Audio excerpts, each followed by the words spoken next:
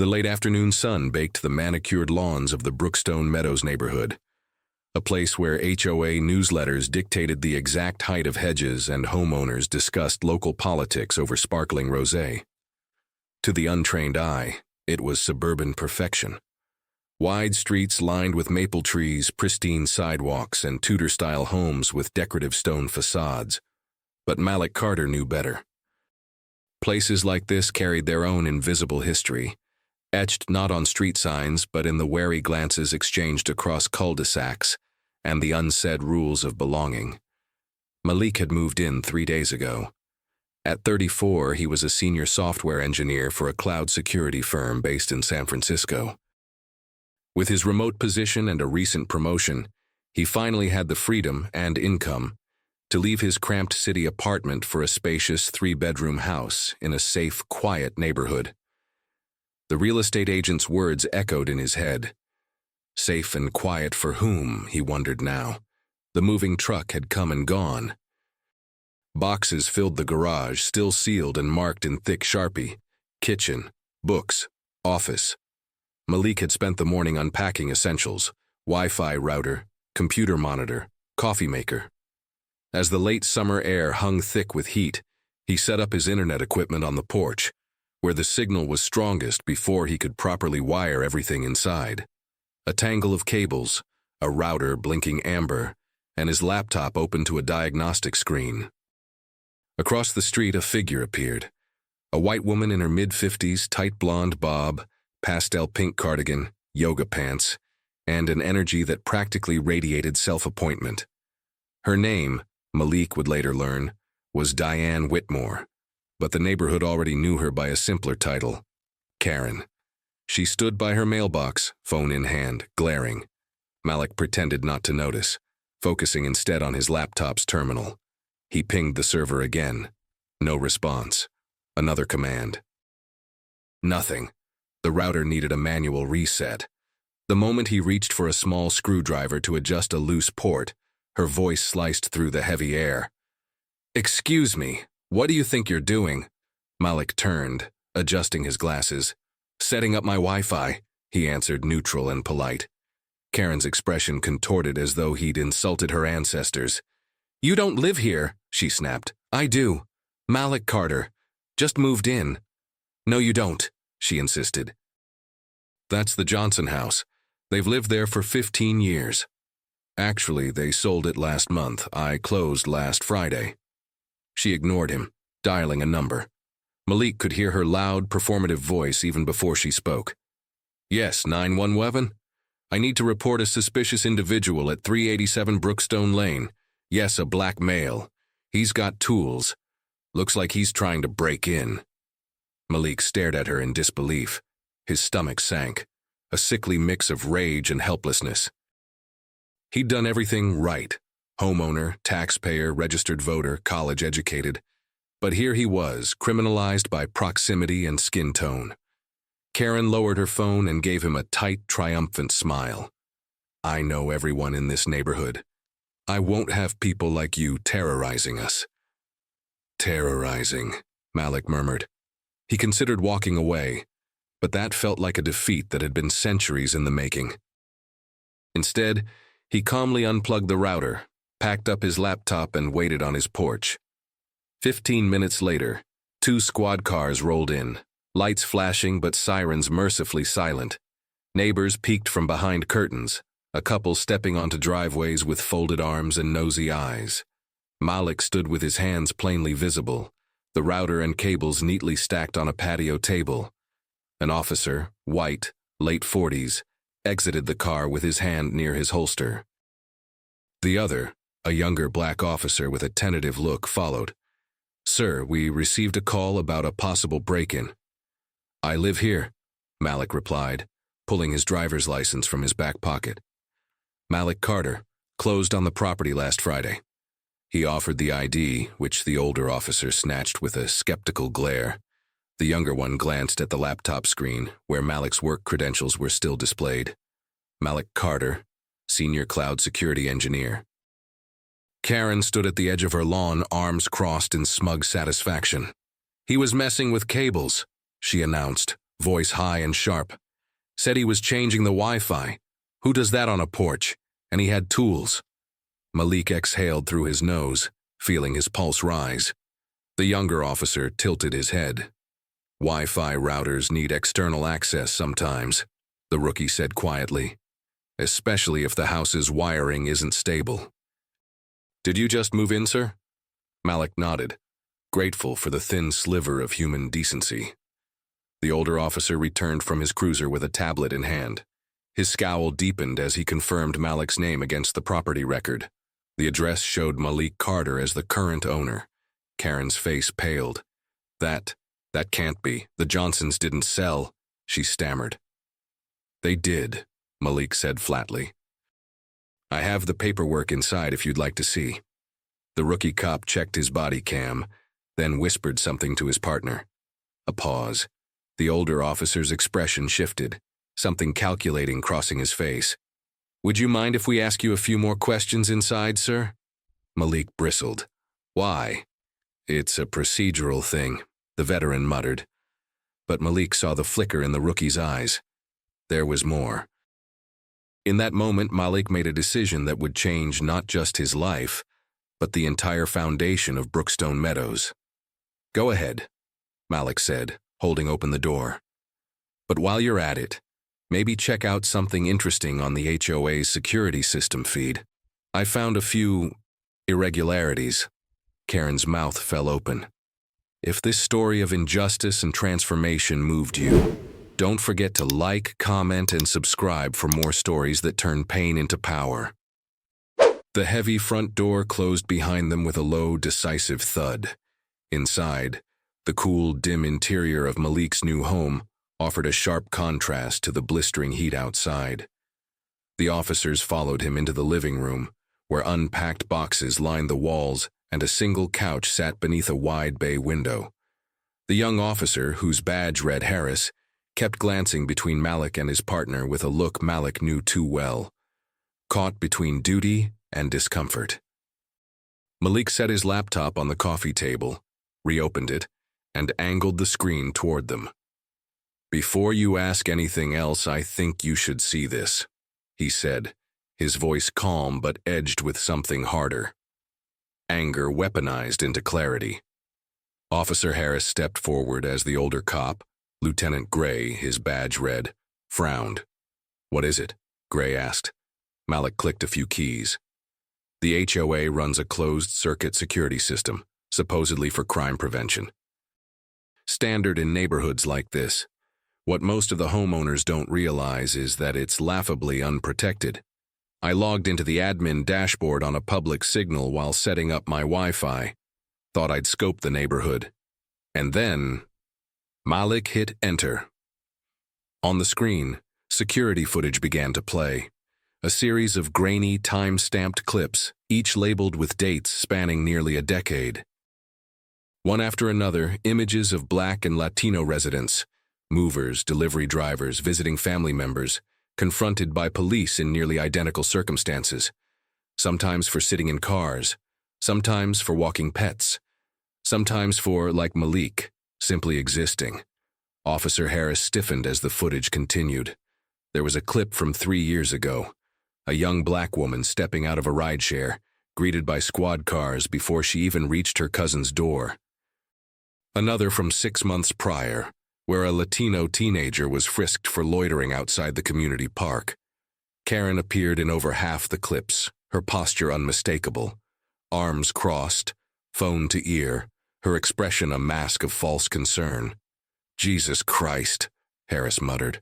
Watch this one, Malik said. A video from 8 months ago filled the screen. A black man about Malik's age trying to fix a flat tire in his driveway. Within minutes, flashing lights, police shouting. The man slammed against his own car. Harris flinched. Same pattern, Malik said. Same caller, sometimes a neighbor or the HOA president. Same charges, suspicious behavior, potential trespass, maybe loitering. Gray's face was an unreadable stone mask. Why didn't you report this to the HOA? Malik gave a humorless laugh. Who do you think runs it? Who signs off on the security system access logs? Same people making the calls. The president, 2 board members, and a property developer named Edward Blake. You'll find his name everywhere. Harris swallowed hard, eyes still glued to the screen. How do you know? Because your dispatch logs match these incidents almost to the second, Malik said. I checked them against public records while I waited for you to show up. Gray stiffened. How did you get those? Public data request. It's the law. And there's something else. He reached for a small USB drive, plugged it into the laptop. Another folder opened. This one held audio clips. Recordings of 911 calls Malik had managed to recover from unencrypted backups left on the HOA server. Karen's voice rang out in the first. Yes, 911, it's me again. There's a black man on Brookstone Lane, could be dangerous. He's walking a dog. In another, a different neighbor claimed a delivery driver looked like he was scoping out houses. The calls were chilling not because of what was said, but because of how ordinary they sounded, the casual authority, the coded language of polite racism. This isn't just about me, Malik said quietly. It's a system, a quiet little machine that's been running for years, and every time someone reports a black or brown face, it's logged. Sometimes people move away. Sometimes they're pressured into selling. Harris turned to Gray. We need to escalate this. Gray's jaw tightened. Watch your tone, rookie. But Harris stepped forward. Lieutenant, if you check dispatch records, you'll see most of these calls came from this neighborhood. Over 50 in the last 2 years. 90% involving minorities. That's a pattern. And it's our duty to investigate patterns, isn't it? The room's air thickened. Malik watched them carefully, recognizing the moment hanging between them. A crossroads for both men. Then his phone buzzed. A new email. The sender. Anonymous tip line. Subject, Brookstone HOA corruption files. Malik opened it cautiously.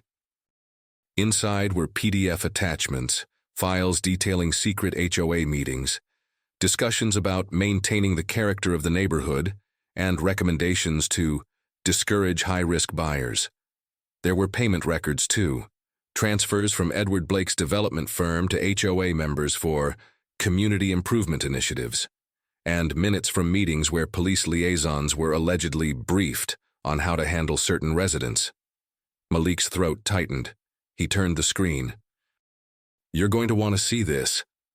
Harris stepped forward again, his face hard with fury now, and from outside Karen's voice drifted through the window, still standing on her lawn, already making another call. They're still in there, she was saying, probably planning God knows what. Malik met Harris's gaze. You want to make a difference, officer? You start right here. The young cop nodded, pulling out his radio. This is Officer Harris. I'm requesting immediate dispatch of internal affairs to Brookstone Meadows. Possible criminal conspiracy involving HOA officials and local law enforcement. Confirm receipt. Gray's face went pale. For the first time since he'd moved in, Malik Carter smiled. The late afternoon light filtered through half-closed blinds, painting streaks across the living room walls. Malik stood by the window, arms crossed, watching as Karen paced on her front lawn, phone glued to her ear. Her sharp gestures and furious expression betrayed her unraveling confidence. She didn't yet know the tide had turned, but it was coming. Inside, Officer Harris lowered his radio, his face a mix of steady resolve and flickering nerves. Across from him, Lieutenant Gray's complexion had gone chalk white, the once assured command in his posture replaced by something smaller, meaner. You just ended your career, rookie, Gray spat through clenched teeth. You don't call in internal affairs over a neighbor dispute. Harris didn't flinch. This isn't a neighbor dispute. It's a civil rights violation, and a criminal conspiracy if those payment records check out. Malik moved back toward the coffee table, pulling up another folder on his laptop. It's worse than you think. He turned the screen so both officers could see. A spreadsheet loaded with names, addresses, and cryptic notations. Potential risk.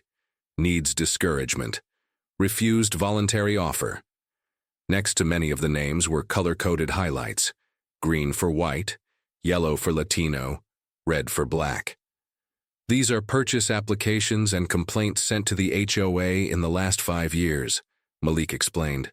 Someone's been tracking who moves in, who gets harassed, and who's quietly pushed out.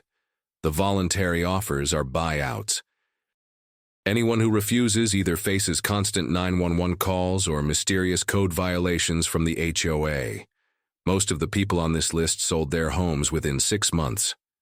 Harris cursed softly under his breath. Jesus. Gray took a step back. You've hacked into private property systems. That's a felony. Malik's voice sharpened. No, it isn't. The system was unsecured, public access. And you know what else? Every one of those 911 calls is public record. So is every city council meeting where Edward Blake's name comes up, attached to campaign donations, zoning overrides, and HOA enhancements. This neighborhood's been a front for his development racket, and you, Lieutenant, are listed as one of his preferred responders. The words hit the room like a hammer. For a moment, nobody spoke. Then a knock at the door. Malik's stomach clenched as Harris instinctively reached for his holster, but it wasn't another squad car. Tall black man in a tailored gray suit stepped inside, flashing a badge. Detective Leon Pierce, Internal Affairs. Got a call about some allegations. Mind if we come in? Behind him, 3 other officers, 2 women and another man, all in plain clothes. Their faces told Malik they'd heard enough already. Gray's jaw twitched. You can't just barge into an ongoing scene. Pierce raised an eyebrow. Funny, I was about to say the same thing. We received multiple flagged dispatch records tonight, including one from Officer Harris, and another anonymous submission from a city council staffer concerned about racial profiling complaints in this area. When we traced it back, guess what we found? Your name, Lieutenant, tied to every single one of them. Harris cut in. Sir, there's also evidence of HOA collusion with a property developer, Edward Blake. Bribes, illegal harassment, falsified code violations. Malik pushed the laptop forward. And surveillance footage. Body cams, HOA security feeds, it's all there. Pierce's face darkened as he scrolled through the files. Damn, he muttered, then louder. Lieutenant Gray, I need you to surrender your weapon and badge. Gray's nostrils flared. This is a setup. No, Harris said quietly. This is accountability. Pierce gestured to one of his officers. Cuff him. Gray resisted for a split second before the weight of inevitability crashed down. He placed his gun and badge on the table, his movements stiff and angry. As the cuffs clicked around his wrists, the room felt different. Lighter. Detective, Malik said, pointing toward the window. You'll want to talk to her next. Karen, still on the lawn, was now joined by a short, balding man in a golf shirt. Franklin Hensley, the HOA president, if Malik recalled correctly. Their animated conversation was filled with frantic glances toward the house. Pierce followed his gaze. I've heard that name before, Franklin Hensley. He's been flagged in 4 housing discrimination complaints last year, all settled privately. Pierce nodded to his team. Bring him in. 2 plainclothes officers left through the front door. A hush fell over the street as the neighborhood watched from behind curtains and hedges. Malik turned to Harris. You good? The rookie exhaled, then nodded. I wasn't gonna let this go. Neither was I, Malik replied. Outside, the sound of voices rising, protests being met with firm commands, and finally cuffs clicking once more. Karen's shriek cut through the still air. I didn't do anything wrong. This is my neighborhood. Malik stepped onto the porch, locking eyes with her as she was led toward a waiting cruiser. The fear and confusion in her face was familiar, though not for the reasons she thought. She wasn't afraid of what she'd done. She was afraid of no longer being protected by it. Mr. Carter, Detective Pierce called from inside. You've done this community a favor tonight. This isn't over, but it's a damn good start. Malik nodded, and for the first time since signing those mortgage papers, he believed it.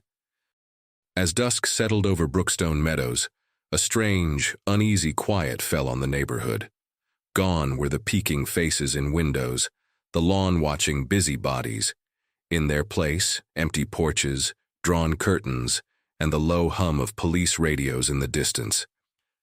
Malik sat on his front steps, the heat of the day bleeding away into cooler night air, watching as the last of the unmarked cars pulled off with their arrested passengers. Karen had screamed until her voice cracked. Franklin Hensley, the HOA president, had tried threats, bluster, even tears. It hadn't saved him. Lieutenant Gray had been led away in stony silence, his face pale and lips pressed thin, refusing to look at anyone. Now only the weight of what had happened lingered. Officer Harris stepped out of Malik's front door, carrying a sealed evidence bag containing the HOA's server hard drive, the one Malik had flagged during his improvised forensic sweep. "You sure about this, Carter?"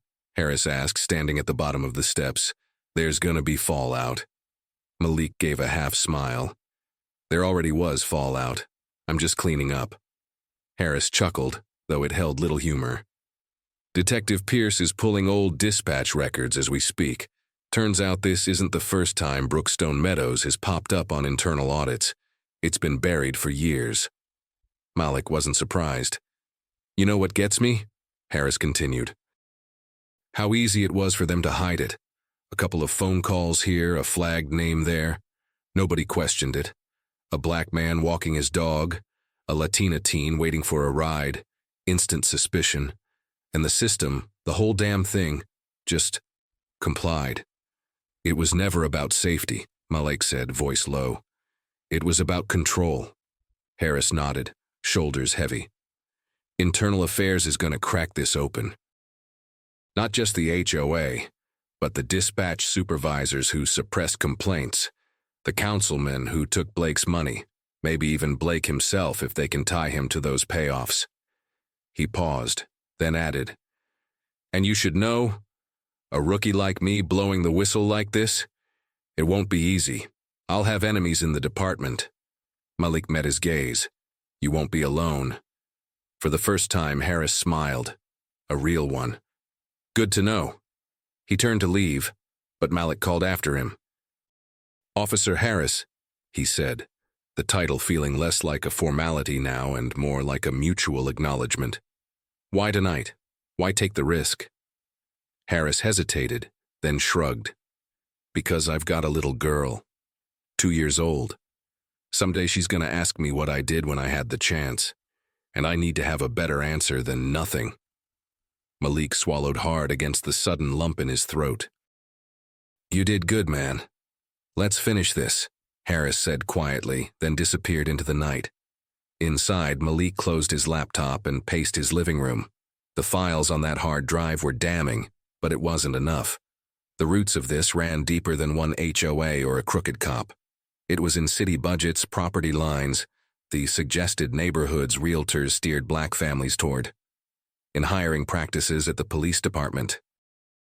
The way homeowners like Karen weaponized fear, with a smile, a phone call, and a lie.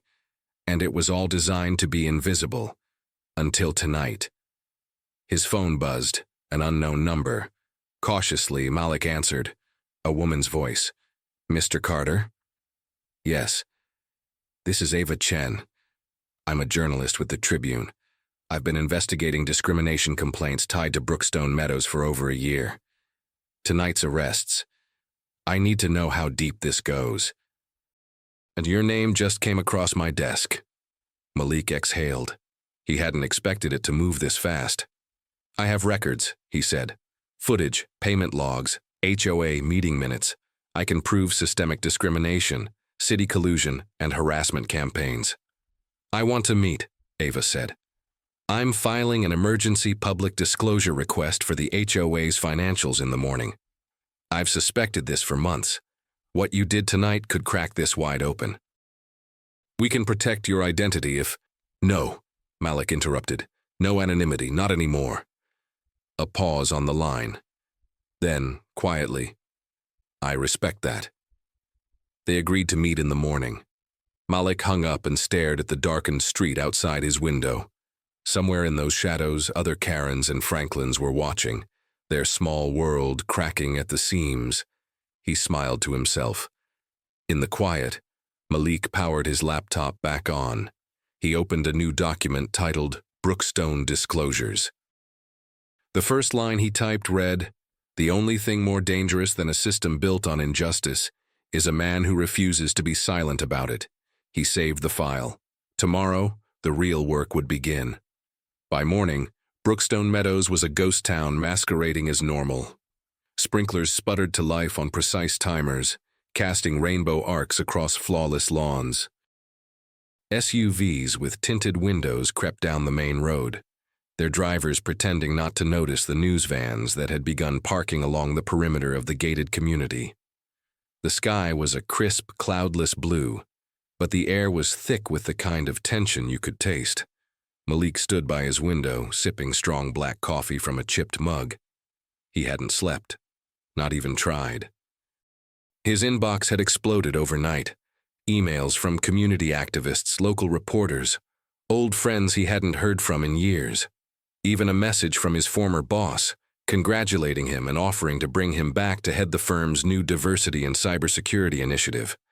It would have been funny if it weren't so bleakly predictable.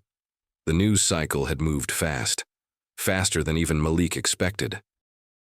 The Tribune headline blared across his laptop screen. 911 profiling scandal rocks suburban HOA. Secret list of targeted residents uncovered.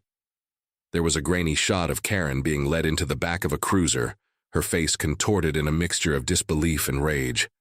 Beneath it, Franklin Hensley's mugshot, pale and slick with sweat. Even Lieutenant Gray's booking photo had made the front page. But it wasn't the arrests that made Malik's stomach tighten.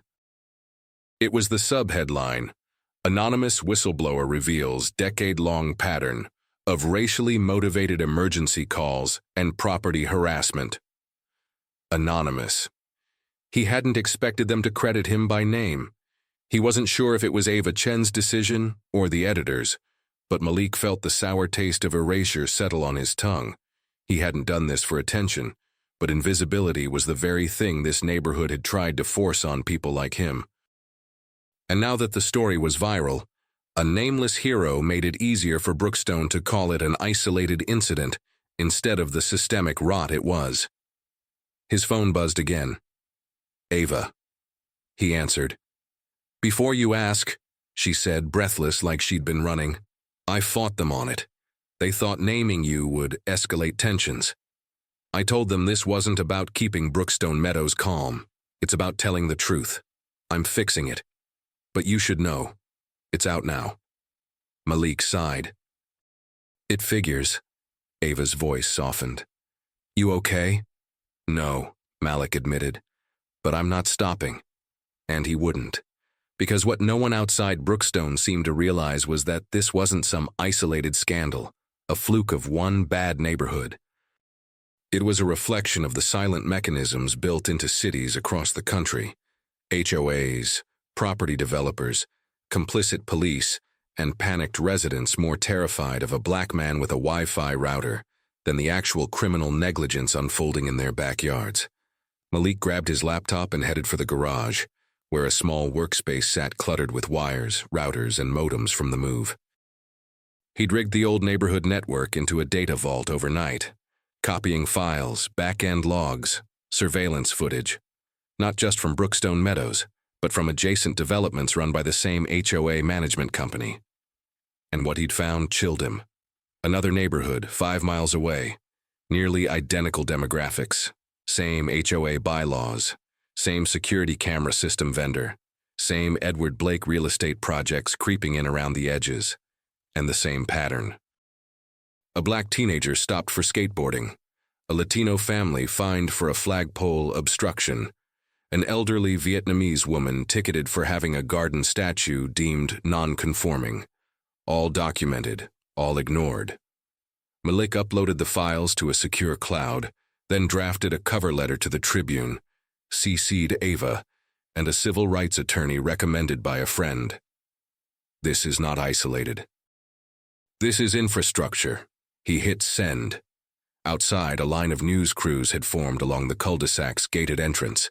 A pair of young white men in polos were hanging a fresh banner across the HOA office fence. "We stand for inclusion." Malik snorted. He grabbed his keys. Time for a walk. As he stepped onto his driveway, neighbors peered from windows again. But their eyes weren't smug now. Some held guilt, some fear, and some a bitter, reluctant respect. Man in a well-cut suit waited by Malik's mailbox. Black, mid-50s, trim beard, the kind of presence you felt before you saw. "Mr. Carter?" the man asked. Malik nodded warily. "I'm Alan Prescott," the man said. "Department of Justice, Civil Rights Division." Malik blinked. Prescott gestured at the house. "Mind if I come in?" Inside, Malik poured 2 cups of coffee. Prescott declined sugar. "We've been monitoring property bias cases for years," Prescott said, getting to the point. "Brookstone isn't unique, but your documentation, we haven't had this level of proof, names, transactions, video, dispatch logs. It's enough for a federal investigation." Malik stared at him. "Why now? Why me?" Prescott gave a tired smile. "Because sometimes the system bets too hard on people being too tired to fight, and every once in a while, someone like you makes them regret it." He slid a folder across the table. Inside were federal complaint forms, legal support contacts, and preliminary affidavits. "We'd like you to be the lead plaintiff," Prescott said. "It won't be easy. You'll have enemies, you'll get threats, but you'll change laws." "You up for that?" Malik thought of Harris, of the teenager stopped for skateboarding, of the names on the spreadsheet, of his mother's voice on the phone last night, trembling but proud. He looked Prescott in the eye. "Let's burn it down." The following week unfolded like the slow, deliberate tightening of a noose around the neck of Brookstone Meadows, and the wider web of quiet, polished prejudice it represented. The DOJ investigation, once whispered about in careful, deniable circles, became public knowledge. News trucks parked along the tree-lined avenues where HOA boards had held wine and cheese fundraisers, while quietly purging families of color. Malik stood at the heart of it. The night after Alan Prescott's visit, he signed the affidavits, 36 pages detailing not just what happened to him, but the deep-rooted conspiracy woven into the neighborhood's infrastructure.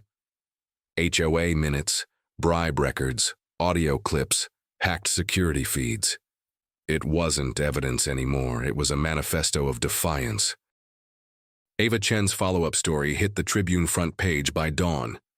The Algorithm of Exclusion, How One Neighborhood Became a Template for Modern-Day Segregation. It wasn't hyperbole. Malik knew, because the further he dug, the uglier it got. Edward Blake's name surfaced in development deals stretching back 20 years, a pattern of gentrification projects, each leaving displaced families in its wake, with carefully structured HOAs rising in their place. Each time the same cycle, coded language in housing covenants, racialized policing through 911 misuse, untraceable, voluntary buyout offers. Brookstone wasn't a tragedy. It was a blueprint.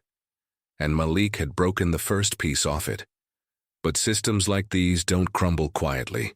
It started with the calls, blocked numbers, anonymous threats. Thinly veiled warnings couched in legal jargon from attorneys representing unnamed community interests. Karen had made bail and returned home, though now surrounded by half-empty moving boxes. The HOA's treasurer disappeared overnight, his house dark and abandoned, and at least 3 other board members issued public apologies, then promptly resigned. Then came the more insidious retaliation. Malik received notice from the city claiming his fence violated height regulations, a letter from the water department citing unusual consumption patterns, a ticket for a tree branch brushing the sidewalk. But this time, he wasn't alone. Officer Harris, suspended pending department review, called Malik every evening, offering intel from within the station. Prescott's team delivered legal counters to every petty citation the moment they arrived. The neighborhood, once united in silence, fractured into factions. Those pretending nothing happened, those desperately trying to distance themselves, and a growing minority who quietly thanked Malik for standing up. One of them was a woman named Lila Ortiz. She was in her late 60s, sharp-tongued and wiry, with storm-gray hair and a history as long as the neighborhood itself. She'd lived in Brookstone before it became Brookstone, when it was just empty fields and scattered ranch-style homes. She appeared on Malik's porch one evening with a glass dish of peach cobbler and a weathered manila folder. "You don't know me," she said gruffly, "but my husband was on the original HOA board. He left when the ugliness started. Couldn't stop it. I should have spoken up years ago." Inside the folder were minutes from meetings dating back to 2003. Early discussions about preserving community aesthetics, notes on residents' ethnicities, records of vote suppression tactics against Black and Latino homeowners. It was a smoking gun. Malik thanked her. Layla shrugged. "I'm too old to be scared of these people anymore."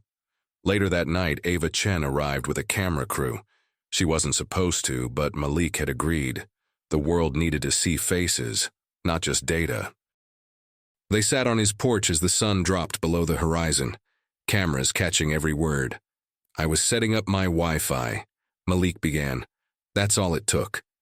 When Ava asked if he was afraid, Malik didn't lie. "Yeah," he said, "but I'm not leaving. You don't give up ground just because it got ugly." The footage went viral within hours. Wi-Fi While Black trended on social media. Celebrities, politicians, and activists weighed in.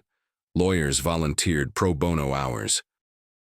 The DOJ expanded the investigation scope to include Blake's other properties in police districts linked to dispatch manipulation. And in the middle of it all, Malik Carter became a symbol he never asked to be. But symbols matter. When another Black family, the Wilkersons, who'd quietly rented one of the smaller homes on the edge of Brookstone, were issued a sudden eviction notice, Malik stepped in. With Ava's help and the Tribune's coverage, they fought it, and won. The neighborhood's power structure was crumbling, the gatekeepers were scrambling, and Edward Blake, he vanished. No statements, no denials. Rumors surfaced of overseas bank accounts and properties transferred to shell corporations. But Malik knew they'd get him. The paper trail was too good. Late one evening, as Malik closed his laptop and stepped onto his porch, he found Harris waiting in plainclothes. "They're coming for Blake," Harris said quietly. "Federal warrants, IRS, everything. This time it sticks." Malik let out a slow breath. "About damn time." Harris grinned. "Also, I made my decision. I'm not going back to the department. Got an offer to head internal affairs for the new oversight committee. I want to clean up the rest of this city. Thought you should know." Malik clasped his hand. "Good. Because this isn't just about Brookstone." Harris nodded. "I know. You started something bigger." Malik looked down the once immaculate street, now lined with protest signs and news cameras. And for the first time since moving in, he felt like it might finally belong to him. The city council chamber was packed. Rows of folding chairs lined the walls. Reporters sat elbow to elbow in the press section, and television cameras jostled for space near the back. For a place designed to regulate building permits and debate street lamp upgrades, it had never seen this kind of attention. At the center of it all, seated behind the long oak desk beneath the official city seal, was Malik Carter. He hadn't asked to be here. He hadn't wanted to become a public face, a name in headlines, a target for every internet troll who blamed identity politics for their stagnant lives. But when the Department of Justice's report dropped that morning, over 200 pages of damning evidence outlining years of racially motivated emergency calls, HOA conspiracy, and municipal negligence, he knew there was no going back. Brookstone Meadows wasn't an isolated cancer. It was the bloodstream. Councilwoman Grace Ellis, a steely Black woman in her early 60s with salt and pepper hair and a reputation for cutting through bureaucratic nonsense, cleared her throat. The room hushed. "Mr. Carter," she began, her voice both weary and fierce, "thank you for your courage. Not just in speaking up, but in staying. Too many of our people are forced to leave when systems fail them. You stayed, and in doing so, you exposed a rot none of us can deny." Applause erupted. Malik didn't flinch. He wasn't here for applause. Ava Chen stood against the far wall, camera crew discreetly capturing the moment. Officer Harris sat nearby, now wearing a plain suit, no badge, no gun, but a visible badge-shaped mark in his resolve. "I didn't come here to be thanked," Malik replied, voice steady but rough around the edges. "I came here because people keep calling this a scandal, a controversy. It's not. It's the system working exactly how it was built to work. Brookstone Meadows was designed to exclude, so were 100 other neighborhoods in this city. And the problem isn't just the Karens calling 911. It's the dispatchers who prioritize those calls. It's the council members who signed off on those HOAs. It's the developers who profit from it."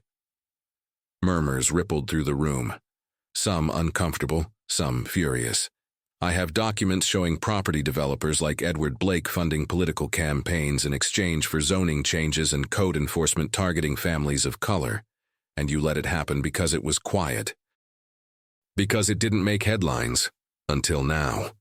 He dropped a thick manila envelope onto the desk.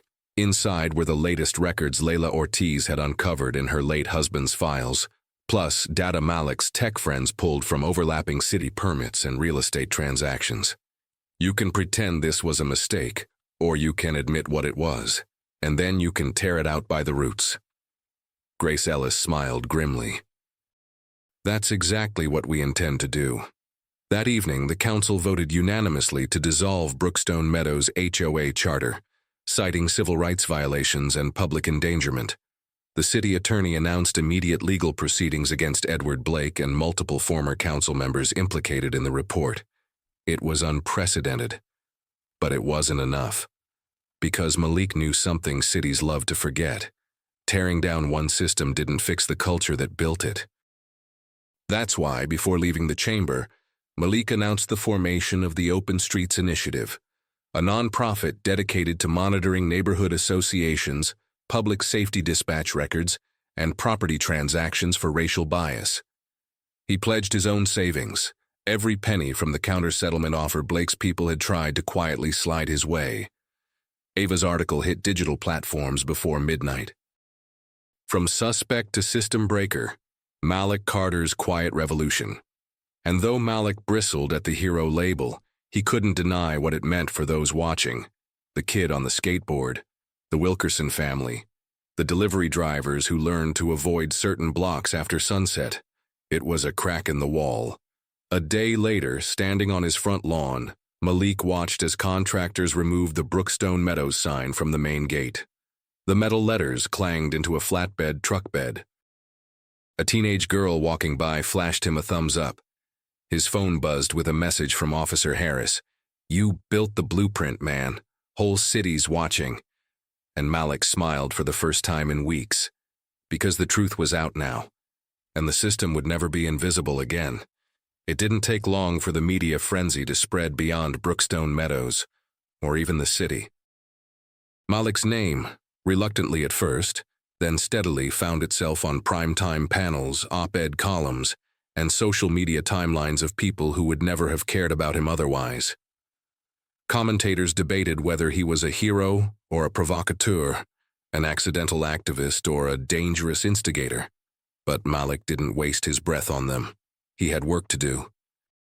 The first formal meeting of the Open Streets Initiative took place in the modest community room of a public library on the edge of the old West End district, a place where gentrification had already claimed half the historic streets, and the rest clung stubbornly to weathered porches and painted-over murals. 20 folding chairs, a pot of burnt coffee, and an unlikely mix of people. An elderly Latina woman from a neighboring HOA who'd been fined twice for unauthorized decorative fencing. A black single father evicted from a housing development the same week his white neighbors installed security cameras aimed at his door.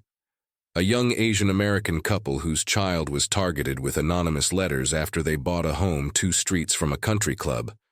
And Malik. He didn't give a speech. Didn't need to.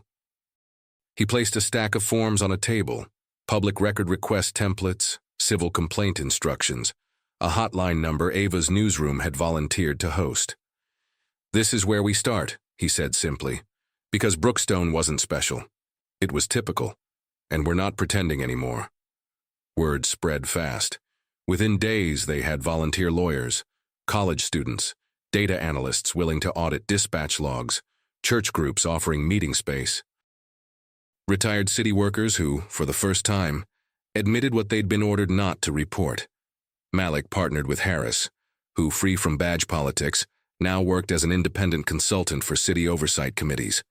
Together, they assembled a map of neighborhoods flagged for high volumes of non-emergency 911 calls, targeting residents of color. The patterns weren't subtle.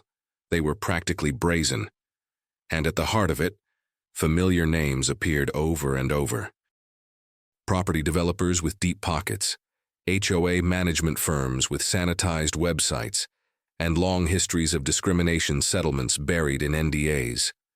Dispatch supervisors who skewed priority responses based on addresses. One night, while cross-referencing permit applications, Malik's phone buzzed. Ava. Malik, it's Blake. Malik's pulse spiked. What about him? He fled. DOJ confirmed. Caught a flight to Dubai under a shell company's passport 2 days ago. Malik closed his eyes. It figured. These men rarely faced the same cages they built for others. But, Ava added, Interpol issued a red notice this afternoon, and you'll want to see tomorrow's Tribune. Trust me. When the paper dropped, the front page headline left little to the imagination. Empire of Exclusion. Edward Blake's decade of displacement uncovered. Ava's investigation hadn't just connected Blake to Brookstone Meadows. She'd traced his financial networks to 5 cities, dozens of neighborhoods, and hundreds of families forced from their homes under the guise of community preservation. It was national now. The DOJ announced an expanded civil rights task force. Housing advocates mobilized class action suits. Municipalities rushed to preemptively review their own neighborhood policing practices. And in a move that sent shockwaves through city council chambers across the state, Councilwoman Grace Ellis drafted legislation dubbed the Community Equity Act, a sweeping bill to regulate HOAs, restrict discriminatory bylaws, and mandate racial bias audits of emergency response systems. At the bill's announcement, Grace called Malik to the podium. He hadn't wanted to speak, but he knew now why it mattered. I'm not a politician, Malik told the assembled press. I'm not a public figure. I'm a guy who wanted to set up his Wi-Fi and was treated like a criminal for it. And I'll be honest with you, none of this should have taken one viral video, one police scandal, one exposed conspiracy to matter. But it did. So here we are. He paused, scanning the crowd. Here's the truth. You can't reform a system designed to exclude. You have to dismantle it, and then build something better. Applause, cameras, headlines. Malik barely noticed. What mattered were the messages flooding his inbox. The single mother in another city, who said his story gave her the courage to file a complaint. The queer black couple planning to fight their HOA's harassment for flying a pride flag. The city planner quietly feeding the Open Streets Initiative evidence of permit discrimination. It wasn't over. It was barely beginning. But the wall had cracked. And Malik Carter, a man who only wanted to fix his Wi-Fi, had become the hammer. Weeks turned to months, but the fallout from Brookstone Meadows refused to fade quietly. Where once HOA newsletters had dictated grass height and holiday wreath placement, now every mailbox on the block bore a glossy city notice. This neighborhood is under federal civil rights investigation. Malik watched from his porch as contractors dismantled the community's security system cameras one by one. The same cameras that had recorded hundreds of hours of racialized surveillance now became evidence tags in manila folders labeled Exhibit C. It was a strange feeling, satisfaction and grief braided together, impossible to separate. Malik hadn't stopped working. The Open Streets Initiative expanded rapidly, with chapters in 3 neighboring cities. Volunteers submitted dispatch logs, renters turned whistleblowers. Former HOA board members elsewhere, emboldened by Malik's defiance, stepped forward with their own stories. One evening, as rain streaked the window panes, Malik sat cross-legged on his living room floor, surrounded by open files. The Wilkersons, one of the first families he'd helped after the scandal, brought over dinner. Their youngest, a wide-eyed boy with a gap-toothed grin, crawled into Malik's lap, studying a map of flagged neighborhoods. "Why do they call you bad names?" the boy asked softly. Malik's throat tightened. "Because some people think they get to decide who belongs," he answered, voice rough. "But it's not up to them. It's up to us." The boy grinned wider. "My mom says you're like a superhero." Malik chuckled, ruffling the kid's curls. "Nah, just a stubborn old man with Wi-Fi." But in truth, Malik felt the shift, because Brookstone's fall hadn't just exposed a neighborhood, it cracked open a pipeline.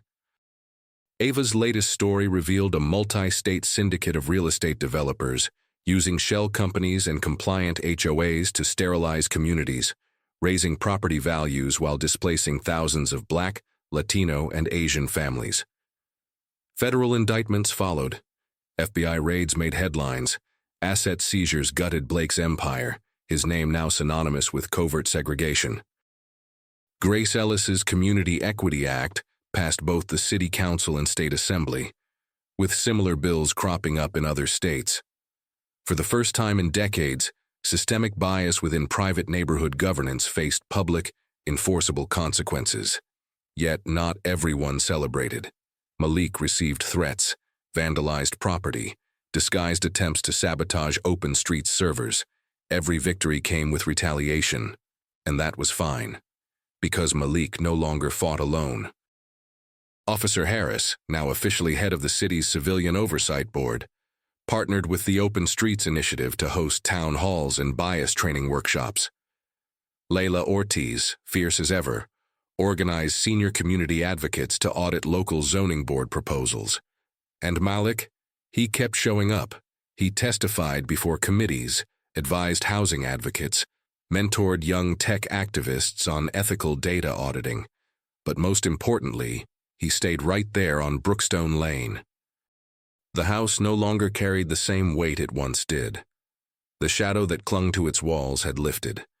Neighbors who once clutched purses and crossed streets now offered cautious waves. Some sent handwritten apologies. Others organized diversity dinners, eager to perform penance. Malik accepted none of it, because this wasn't about guilt. It was about consequence. On the one-year anniversary of the night Karen made her infamous 911 call, the Open Streets Initiative hosted a block party. Not the kind of curated, whitewashed affair the old HOA used to stage, but a real one. Food trucks, live jazz, spoken-word poets, kids chasing bubbles down the street. Malik stood near the main tent watching the sun dip low, painting the sky in molten oranges and purples. A young woman approached, tablet in hand. "Mr. Carter," she asked. He nodded. "I'm Nia. I run Open Streets Detroit. I just wanted to say, you saved my neighborhood. You gave us a language for something we were told didn't exist." Malik felt something loosen in his chest. Not pride, not relief. Purpose. He clasped her hand. "We save each other." Nearby, a local band struck up a rendition of "A Change Is Gonna Come." Malik closed his eyes for a moment, letting the melody wash over him. For the first time since the night it all started, he felt peace. Not because it was over, but because it was working. The sky hung heavy with twilight, that in-between hour where the world feels neither day nor night. String lights crisscrossed Brookstone Lane, soft yellow globes illuminating what had once been the most meticulously curated suburban facade in the city. Now it pulsed with life, grill smoke curling into the air, laughter rising in waves, the bass line of a jazz set thumping against the porch railings. Malik stood at the edge of it, leaning against the trunk of an old maple, watching as this new, fractured, beautiful version of the neighborhood stitched itself together in real time. This wasn't the future the old guard had imagined for Brookstone Meadows. It was better. Ava Chen arrived just after sundown, a camera slung over one shoulder, a bottle of local wine in the other. She made her way through the crowd with practiced ease, nodding to familiar faces. The Wilkersons, Layla Ortiz, even Officer Harris, now relaxed in jeans and a ball cap, carrying plates stacked with barbecue ribs. "Didn't think I'd see you here," Malik called as she reached him. Ava smirked. "Didn't think I'd be invited." "You're family now," he replied, and meant it. They stood in comfortable silence for a while, watching children dart between picnic tables and elders hold court beneath the string lights. "You realize what you did, right?" Ava finally asked. "It wasn't just Brookstone. It wasn't even just this city. That law Grace pushed through, they're drafting a national version now, Congress, federal oversight on private neighborhood associations, mandatory racial bias reporting in emergency dispatch systems." "You cracked the door open, Malik." He gave a tired smile. "I just made it harder for them to pretend." "No," Ava countered softly. "You made it impossible." As if on cue, his phone buzzed. A new message from Nia in Detroit. "Passed our city council vote tonight. First Open Streets chapter recognized as official municipal partner. You started this, Carter." Another from a civil rights attorney in Oakland. "New evidence in displacement zoning case. Thanks for the model you built." Would have been buried without it. Malik let the messages stack up for a moment. They would still be there tomorrow. For now, there was music and food and children's laughter rising like an anthem over a street once defined by whispered threats and polite intolerance. The song changed, an old Curtis Mayfield track. "People get ready." Someone sang along, voice a little off-key but strong. Malik felt a hand on his shoulder. Layla Ortiz. She handed him a plate of cobbler. "Didn't figure you for a revolutionary when you moved in," she teased. "Neither did I," Malik replied, chuckling. She leaned in, voice low and certain. "You did something real here, boy. Don't you forget it." And as the night stretched long and easy, Malik understood something important. The systems would rebuild. In other forms, other places. The people who profited from division didn't give up without a fight. But now there were names and faces, networks and structures to stand against them. Now there was language for it. And for the first time in generations, neighborhoods like Brookstone Meadows wouldn't be able to hide. Malik stayed long after the food trucks left, after the lights dimmed and children fell asleep in their parents' arms. He walked the length of Brookstone Lane, past houses that no longer bristled with suspicion. He paused by the old HOA office, now boarded up, a battered sign declaring future community center coming soon. He touched the weathered wood. It felt like closure. When he reached his front porch, Malik looked out one last time. The night hummed with possibility, and in his chest a fierce, quiet certainty settled. This was his home now, not because he'd fought for it, but because he'd made it safe for others to stop fighting too. If this story of injustice and transformation moved you, don't forget to like, comment, and subscribe for more stories that turn pain into power. In the days that followed, Malik found himself moving slower, not from exhaustion, but from the weight of finally setting something down. The kind of heaviness that leaves once you've shouldered it for too long without realizing how much it's cost you. He sat on his porch each morning, sipping coffee from the same chipped mug, watching the neighborhood wake up without dread knotting in his stomach. No more silent accusations in narrowed eyes. No more carefully measured movements to avoid being perceived as a threat. Just air, clean and uncharged, and people learning to exist alongside each other without pretense. The Open Streets initiative continued to grow, becoming a model for cities nationwide. What began as a desperate act of self-preservation had turned into a collective blueprint for resistance, for structural reclamation. Malik saw faces like his, young, old, weary, defiant, taking the baton and running with it. It wasn't perfect.